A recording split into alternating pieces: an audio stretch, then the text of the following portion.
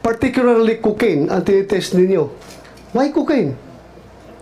Yun po yung hiningi niya Hiningi ni nung pasyente. sinong pasyente? Si Marcos po.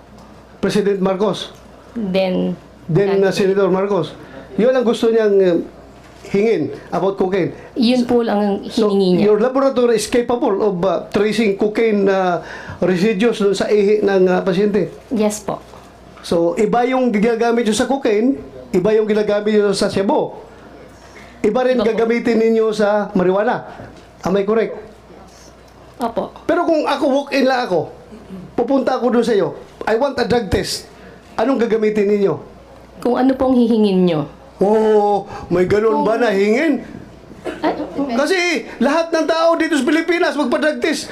Hindi ba nagtatanong na i-test nyo ako sa cocaine? I-test niyo ako